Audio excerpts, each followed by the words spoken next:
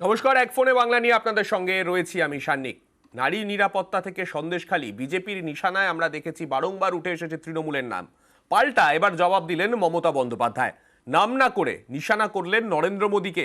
বুধবার বারাসাতের সভা থেকে সন্দেশখালীকে অস্ত্র করে তৃণমূলকে আক্রমণ করেন মোদী। ঠিক তার পরের দিন অর্থাৎ গতকাল পাল্টা মমতার সুর সপ্তমে।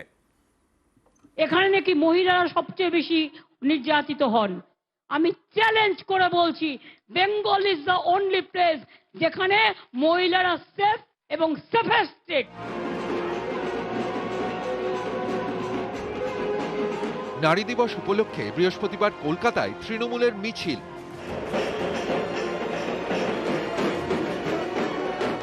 মিছিল শেষে সভা, সেই মঞ্চ থেকেই মমতার সুর সপ্তমে। তৃণমূল নেত্রীর নিশানায় বিজেপি। বিহারে বিচার হয় না, ইউপিতে বিচার হয় না, রাজস্থানে বিচার হয় না, হাতরাসে বিচার হয় না।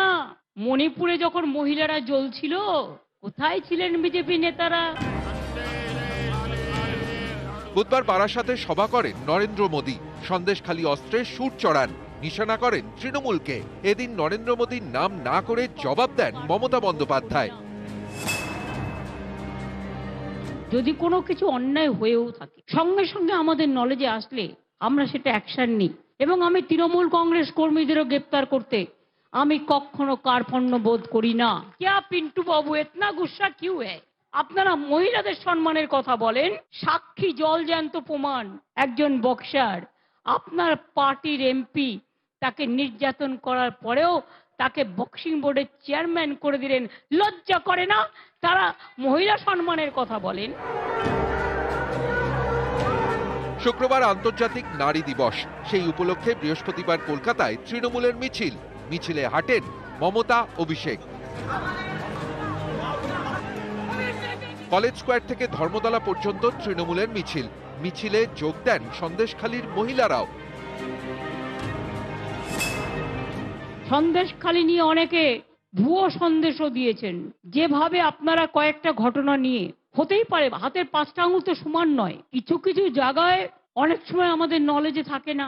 যদি কোনো কিছু অন্যায় হয়েও থাকে, সঙ্গে সঙ্গে আমাদের নলেজে আসলে আমরা সেটা অ্যাকশন নিই। চারিদিকের মেয়েদের সাথে সাথে সন্দেশখালীর মেয়েরাও যে আজকে এসছে সন্দেশ দিতে, অর্থাৎ মিষ্টি সংবাদ দিতে, আমি সেজন্য তাদেরকেও ধন্যবাদ জানাই। সামনেই লোকসভা ভোট, তার আগে আসরে সব পক্ষ। মোদীর গলায় বারবার নারী শক্তির কথা। আর তৃণমূল মিছিল করল নারী দিবস উপলক্ষে। পর্যবেক্ষকদের মতে সবারই নজরে মহিলা ভোটার, কারণ এ রাজ্যে মহিলা ভোট বড় ফ্যাক্টর। পশ্চিমবঙ্গে মোট ভোটার 7,58,00,000, এর মধ্যে মহিলা ভোটার 3,73,00,000, অর্থাৎ মোট ভোটারের 49.2%। পশ্চিমবঙ্গে মহিলা ভোট যাদের দিকে, তাদেরই বাজিমাত। তাই বাংলার মহিলা ভোটারই এখন সবার টার্গেট। নিউজ 18 বাংলা। আর লোকসভা ভোটের আগে আবার ফুল বদল। এবার পদ্ম ছেড়ে ঘাস ফুলে যোগ দিলেন রানাঘাট দক্ষিণের বিধায়ক মুকুটমণি অধিকারী। তৃণমূলে যোগ দিয়েই হাঁটলেন কলকাতার মিছিলে।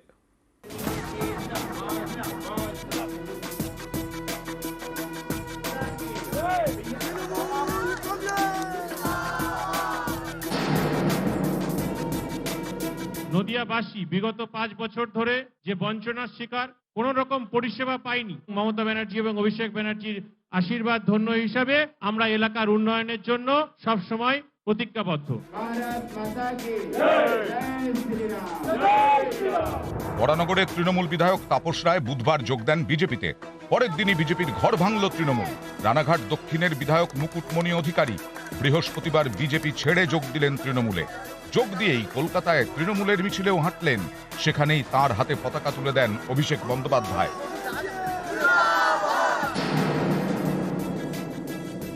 নদিয়াতে সাধারণ মানুষের হয়ে কাজ করতে চাই, যে কাজগুলো বিগত দিনে কিছুই করা সম্ভব হয়নি, সেটাই একমাত্র উদ্দেশ্য। নদিয়া জেলায় মতুয়া ভোট বড় ফ্যাক্টর। মুকুটমণি অধিকারী নদিয়া জেলা মতুয়া মহাসংঘের সভাপতি। মতুয়া ভোট ব্যাংক, সেটা কি কোনোভাবে তৃণমূল কংগ্রেসের দিকে ফেরার চেষ্টা আপনি করবেন, বা আদৌ ফিরবে লোকসভা ভোটে? মানুষ আমার সঙ্গে থাকবে আশা করছি। নদিয়া জেলার বিজেপি বেঁচেছে। বিজেপি দলেরও নয় ঠিক, আবার মতুয়া সংগঠনেরও ঠিক নয়। তৃণমূল ওকে নিয়ে গ্যারেজ করে দেবে, টিকিট দেবে না। আমি চ্যালেঞ্জ জানাচ্ছি, মুকুটমণি ওখানে দাঁড়ালে আর তার 4 গুণ ভোটে ওই বিধায়ক পদ হারবে। 21 বিধানসভা ভোটে মুকুটমণিকে প্রার্থী করে বিজেপি। প্রথমবার ভোটে লড়েই রানাঘাট দক্ষিণ কেন্দ্র থেকে বিধায়ক হন। এবার লোকসভা ভোটের আগে দল বদল করলেন, বিজেপির মুকুটমণি যোগ দিলেন তৃণমূলে। নিউজ 18 বাংলা। যে খবরে নজর রাখবো, শিক্ষক দুর্নীতি মামলায় ফের ইডির হানা শহরে। নিউ টাউন এবং নাগের বাজারে এনফোর্সমেন্ট ডিরেক্টরেটের তল্লাশি অভিযান। নিউ টাউনের পাথরঘাটায় অভিযানে ইডি। আমাদের সঙ্গে রয়েছেন আমাদের প্রতিনিধি বিশ্বজিতের কাছে যাব। বিশ্বজিৎ, এই যে শিক্ষকদের বাড়িতে তল্লাশি অভিযান চলছে, শিক্ষক নিয়োগ দুর্নীতির কোন সূত্রে এনাদের খোঁজ পাওয়া গেল এনফোর্সমেন্ট ডিরেক্টরেটের তরফে?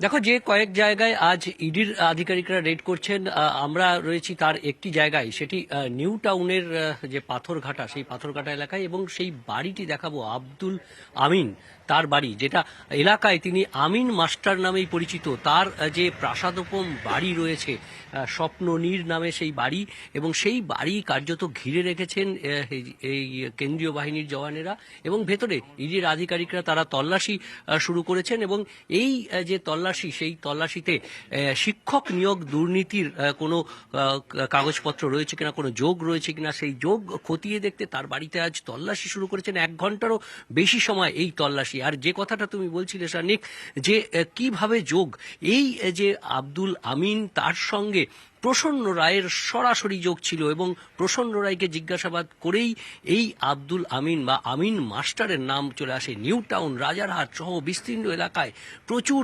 শিক্ষকের চাকরি দিয়েছিলেন, এবং শিক্ষক নিয়োগ নাম করে প্রচুর টাকা তুলেছেন, এবং সেটা দিয়েছেন এই প্রসন্ন রায় এবং পার্থ চট্টোপাধ্যায়ের সঙ্গে প্রসন্ন রায়ের যে ঘনিষ্ঠতা, সেটা তো সকলেই। তবে বিশ্বজিৎ, যে বাড়ির সামনে তুমি দাঁড়িয়ে এই মুহূর্তে লাইভ করছো, সেই বাড়ি কি কোনো প্যারা টিচারের তৈরি করা বাড়ি তো দেখে মনে হচ্ছে না? একদমই সেই বিষয়টি সব থেকে বেশি উল্লেখযোগ্য, যে স্বপ্ননীর নামে আব্দুল আমিনের, যিনি পাথরঘাটা হাই স্কুলের একজন পার্শ্ব শিক্ষক, তার এই প্রাসাদোপম বাড়ি, এবং সেই বাড়ি থেকেই স্বাভাবিকভাবেই প্রশ্ন উঠে আসে। এবং এই যে আমিন মাস্টার এই এলাকায় পরিচিত, তিনি অনেকের কাছেই চাকরি দেওয়ার নাম করে টাকা তুলেছেন, এমনটাই অভিযোগ রয়েছে। এবং আমরা জানি যে প্রসন্ন রায়কে একবার সিবিআই আধিকারিক তারা জিজ্ঞাসাবাদ করেছিলেন, তারা অ্যারেস্ট করেছিলেন, এবং তারপর পর্যায়ক্রমে সিবিআই আধিকারিকদের থেকে যে মামলা, সেই মামলাতে তিনি জেল থেকে বেরোলেও তারপর আবার ইডি আধিকারিকরা তাকে গ্রেপ্তার করে, কারণ তার সঙ্গে এই শিক্ষক নিয়োগ দুর্নীতির যে সংযোগ রয়েছে, এবং তাকে জিজ্ঞাসাবাদ করেই বিভিন্ন নাম উঠে আসে। তার মধ্যে একটি নাম এই আব্দুল আমিন বা আমিন মাস্টার, এবং তার ফলেই এই আমিন মাস্টারের বাড়িতে আজ তল্লাশি শুরু করেছেন। সকাল থেকে 1 ঘন্টারও বেশি সময় হয়েছে, এবং ভেতরে সেই তল্লাশির কাজ চলছে, এবং বাইরে কার্যত আমিন মাস্টারের যে প্রাসাদোপম বাড়ি, সেই বাড়ির চারিদিকে কেন্দ্রীয় বাহিনীর জওয়ানেরা রয়েছেন নিরাপত্তায়। শুধুমাত্র এখানে নয়, ডায়মন্ড সিটিতেও এই এরকমই তল্লাশি শুরু হয়েছে, এবং একাধিক জায়গায় আজ আরেকটা যে নাম বলছো, সেই নামটাও এক্ষেত্রে একটা অভিজাত আবাসন। অর্থাৎ যেখানে যেখানে এই ধরনের তল্লাশি অভিযান চলছে, যে শিক্ষকদের বাড়িতে তল্লাশি চলছে, প্রত্যেকটাতে একটা বড় অর্থের লেনদেন হতে পারে এমন একটা জিনিস মনে করা হচ্ছে। এবং আমরা যে ছবি দেখতে পাচ্ছি, এনফোর্সমেন্ট ডিরেক্টরেটের আধিকারিকরা তারা তল্লাশি অভিযান চালাচ্ছেন বাইরের অংশে, সেই প্রচুর সংখ্যায় কেন্দ্রীয় বাহিনী তাদেরকে মোতায়েন রাখা হয়েছে, তারা তাদের সচেতন নজর রাখছেন চারদিকে। ধন্যবাদ বিশ্বজিৎ।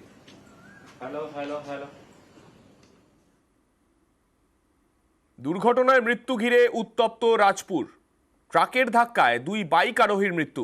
দুর্ঘটনায় আহত আরও 1 বাইক আরোহী। দুর্ঘটনার পর দেহ আটকে বিক্ষোভ এলাকাবাসীর। ঘাতক লরিটির চালকের গ্রেফতারির দাবি। পুলিশ গিয়ে উত্তপ্ত পরিস্থিতি নিয়ন্ত্রণে আনে। 2 জনের মৃত্যু হয়েছে এই দুর্ঘটনায়।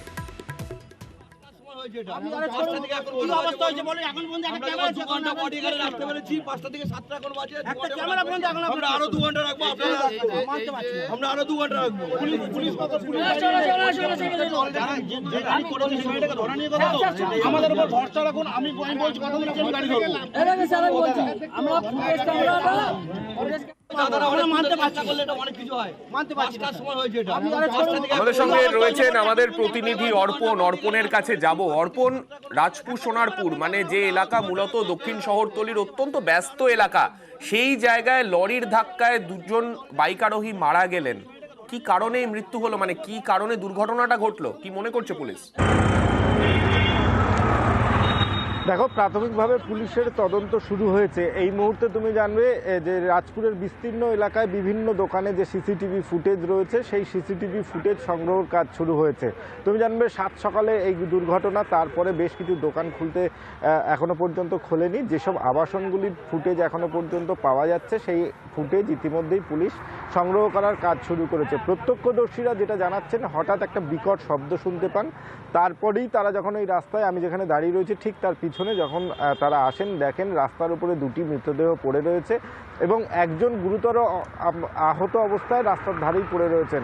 যিনি বেঁচে রয়েছেন তাকে নিয়ে তড়িঘড়ি একটি বেসরকারি নার্সিংহোমে নিয়ে যাওয়া হয় এবং যারা প্রত্যক্ষদর্শী যেটা জানাচ্ছেন যে পর কয়েকটি লরি তারা কিন্তু এই রাস্তার উপর থেকে চলে যায়। তারপরেই উত্তেজিত জনতা তারা রাস্তা অবরোধ করেন। তাদের যেটা দাবি যে এই রাস্তায় কোনো স্পিড ব্রেকার নেই, আর যার কারণে কিন্তু যে দ্রুত গতিতে গাড়ি চলাচল করে আর প্রায়ই এখানে দুর্ঘটনা ঘটে। স্থানীয় মানুষজন চাইছেন যে এখানে যেমন স্পিড ব্রেকার বসানো হোক, পাশাপাশি এই ঘাতক লরি তাকে আটক করতে হবে এবং তার যে চালক রয়েছে তাকে গ্রেপ্তার করতে হবে। এই দাবিতেই প্রথমে তারা রাস্তা অবরোধ করে রাস্তায় কাঠের গুঁড়ি ফেলে দেয়, সেখানে অবরোধ শুরু করেন। সোনারপুর থানার পুলিশ আসে, মৃতদেহ উদ্ধার করে এবং স্থানীয় মানুষদেরকে এই গাড়ি আটক এবং তার সঙ্গে তার গ্রেপ্তারের আশ্বাস দেওয়ার পরেই মৃতদেহ উদ্ধারের পাশাপাশি রাস্তার অবরোধও উঠে যায়। তুমি দেখতেই পাচ্ছ যে গাড়ি চলাচল শুরু করছে, তবে ভারী যান চলাচল এই মুহূর্তে এখনো পর্যন্ত করতে দেওয়া হচ্ছে না, বাইপাস ইউজ করানো হচ্ছে। এবং সোনারপুর থানার আইসি তিনি ঘটনাস্থলে এসছেন, ট্রাফিক ওসি তিনি এসছেন এবং পুরো ঘটনার তদন্ত শুরু হয়েছে। যে দুজনের মৃত্যু হয়েছে এখনো পর্যন্ত জানা যাচ্ছে হরিনাবি থেকে তারা কাছেই যে একটি কারখানা রয়েছে সেই কারখানায় কাজে যাচ্ছিলেন এবং তখনই ঘটে এই দুর্ঘটনা। সান্নিক, বেশ, ধন্যবাদ অর্পণ। আমাদের উপর ভরসা রাখুন, আমি বলছি কথা বলছি, আমি গাড়ি ধরবো।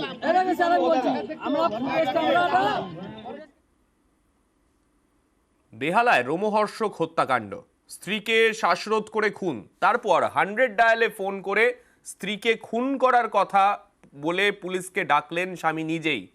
বেহালা চৌরাস্তার কাছে চাঞ্চল্যকর ঘটনা, গ্রেফতার স্বামী।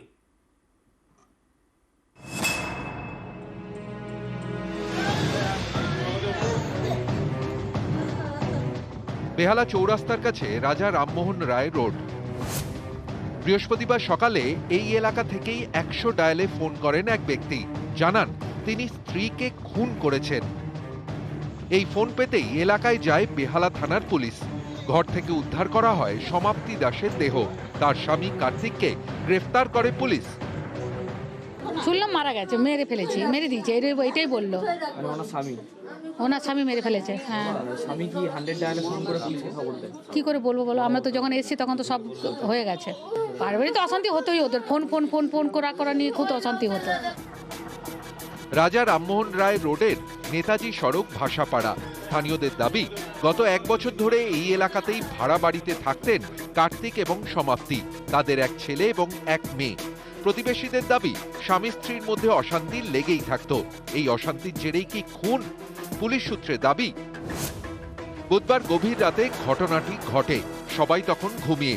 সেই সময় মুখে বালিশ চেপে স্ত্রীকে খুন করেন স্বামী। তারপর সকালে 100 ডায়ালে ফোন করে খুনের কথা জানান। কিন্তু কি কারণে স্ত্রীকে খুন করলেন স্বামী? উত্তর খুঁজছেন তদন্তকারীরা। বেহালা থেকে সমীর মণ্ডল, নিউজ 18 বাংলা। জল জীবন মিশন প্রকল্পে বাড়ি বাড়ি পৌঁছবে জল। এর জন্য নতুন ঢালাই রাস্তা খুঁড়ে বসানো হচ্ছে পাইপ, সেটাও আবার বিজেপি পঞ্চায়েত সদস্যের এলাকায়। এ নিয়েই আলিপুরদুয়ারে বিজেপি তৃণমূল চাপানুতর, যার জেরে জলের পাইপলাইন বসানোর কাজ বন্ধ। পাশের জেলা জলপাইগুড়িতে জলের দাবিতে বিক্ষোভে আবার স্থানীয়রা।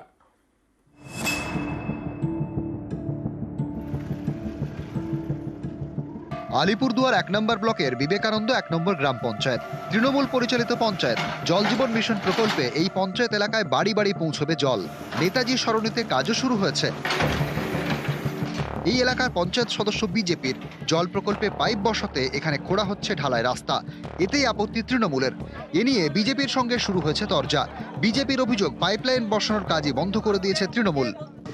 যেটা প্রধানমন্ত্রীর জল জীবন মিশনের কাজ পিএইচির মাধ্যমে হচ্ছিল, তৃণমূলের নেতৃত্বরা আছে, তারা আসার পর বলছে যে ওয়ার্ক শিডিউল ছাড়া কাজ হবে না, তো রাস্তা যেহেতু খোঁড়া হয়েছে এখন রাস্তাগুলো ওইভাবেই বন্ধ করে দিতে, তাই ওই জেসিবি দিয়ে আবার বন্ধ করে দিল। বিজেপি করে, উনি সবার আগে জেসিবি নিয়ে রাস্তাগুলো খুঁড়ে দিচ্ছে। আমি আজ পঞ্চায়েত সমিতির মেম্বার এই এরিয়ার, তাই আমরা বলছি কন্ট্রাক্টরের হাতে খোঁড়ার সিস্টেম আছে, আমরা যা শুনেছি কোদাল দিয়ে খুঁড়বে, কোদাল দিয়ে খুঁড়ুক, নিয়ে যাক, কিন্তু জেসিবি লাগাতে দিবে। তৃণমূল বিজেপির সংঘাত, এর মধ্যে পড়ে জল প্রকল্পের কাজ বন্ধ, এতে ক্ষুব্ধ স্থানীয়রা। উন্নয়নমূলক কাজ কোনো ফুটো মস্তান বা গুন্ডা বা তার দ্বারা বন্ধ না যে হয়ে যায় সেটা প্রতিবাদ করা এবং সেই কাজটাকে চালু করা, সেই স্বার্থেই আমরা সবাই এগিয়ে এসেছি এবং কাজটাকে পুনরায় চালু করার জন্য আমরা এখানে কথা বলছি। এলাকার লোক পূর্ণ সহযোগিতা করছে, এলাকার গ্রামবাসীরা চাইছে যে কাজটা হোক। জলপাইগুড়ির ধূপগুড়ি, এখানেও জল নিয়ে জল ঘোলা, জলের দাবিতে বিক্ষোভ, রাস্তা অবরোধ করলেন স্থানীয়রা। ধূপগুড়ি পুরসভার 1 নম্বর ওয়ার্ডের ভাওয়ালপাড়া, স্থানীয়দের দাবি 5 বছর আগে এই এলাকায় বাড়ি বাড়ি কল পৌঁছে দেয় পুরসভা, কিন্তু সে কলে জলই পড়ে না। ভরসা বলতে ছিল পাড়ার মোড়ের পুরসভার কল, 1 বছর ধরে সেটাও খারাপ। বাধ্য হয়ে কেউ জল কিনে খাচ্ছেন, কেউ পাশের এলাকায় গিয়ে সেখান থেকে জল আনছেন, এতে বাড়ছে ক্ষোভ। আমাদের পাইপ দিছে 5 বছর হয়ে গেল, 5 বছরের মধ্যে কোনোদিন আমাদের জল আসে না, আমরা কি করব? কি নিয়ে বাঁচবো? এটা কত নম্বর ওয়ার্ড, কোন এলাকা? আমাদের 1 নম্বর ওয়ার্ড ভাওয়ালপাড়া, বুঝছেন? আর আমরা মমসিংপাড়া থেকে কষ্ট করে আজকে 1 বছর ধরে জল খাই, তার ওখানেও জল নাই, আজকে 3 দিন যাব, তাহলে আমরা কি জল না খেয়ে কি মরবো না কি করব?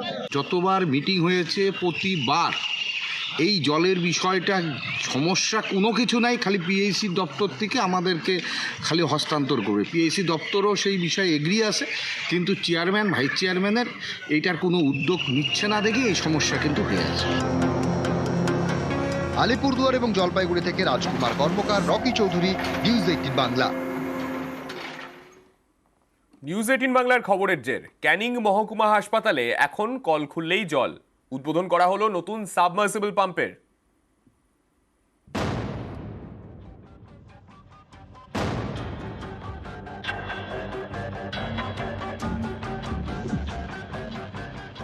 দক্ষিণ 24 পরগনার ক্যানিং মহকুমা হাসপাতাল, প্রতিদিন রোগীর ভিড়। এরকম একটা হাসপাতালেই জল নিয়ে দুর্ভোগ, কল আছে কিন্তু জল নেই, তাই বাইরে থেকে জল কিনে খেতে বাধ্য হন রোগীর আত্মীয়রা।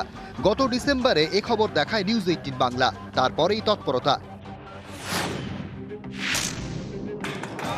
হাসপাতালে জলের সমস্যার সমাধানে উদ্যোগ নেন ক্যানিং পশ্চিমের তৃণমূল বিধায়ক পরেশ রাম দাস। সেই মতো মাতৃমা বিভাগের সামনে বসানো হয় সাবমার্সিবল পাম্প, খরচ পড়ে প্রায় 4 লক্ষ টাকা। বৃহস্পতিবার তারই উদ্বোধন হলো। এখন ক্যানিং মহকুমা হাসপাতালে কল খুললেই জল। এই হসপিটালে কি জল কিনে খেতে হতো? আজকে থেকে কি কিনে খেতে হবে না? কারণ উদ্বোধন হয়েছে জলের। কি বলবে নিউজ 18 বাংলাকে, কি বলবে? খুব ভালো হয়েছে এটা করার জন্য, জল কিনে খেতে হবে না। নিউজ 18 বাংলাকে আমি ধন্যবাদ জানাতে চাইছি। তাদের খবরের মাধ্যমে যখন আমরা দেখতে পেলাম যে সত্যি মানুষ আজকের দিনে দাঁড়িয়ে জল কষ্টে ভুগছে, এটা আমাদের কাছে লজ্জার ছিল। তো জানতে পারার সঙ্গে সঙ্গে বিধায়ক সাহেব যে করেছেন, প্রস্তুতি নিয়েছেন এবং যেটা আজকে আমাদের উদ্বোধন হলো, আমরাও খুশি। ক্যানিং মহকুমা হাসপাতালে দিন সুলভ শৌচালয়ের উদ্বোধন হয়। এর জন্য খরচ হয়েছে প্রায় 11 লক্ষ টাকা। চ্যানেলের মাধ্যমে আমরা যখন জানতে পারি, আমরা চেষ্টা করি যে মানুষের সেই কাজটা অতি দ্রুত করে দেওয়ার জন্য। আজকের এই কাজ ঠিকানায় জলের যে উদ্বোধন হলো, খাওয়ার জল এবং শৌচালয়ের উদ্বোধন হলো প্রায় 11 লক্ষ টাকা দিয়ে। ক্যানিংয়ের মানুষের জন্য আরও যা যা করণীয় আছে, সমস্ত রকম পরিষেবা যাতে মানুষ পায় তার দিকে আমাদের বিশেষ নজর। ক্যানিং থেকে অরূপ বিশ্বাস, নিউজ 18 বাংলা।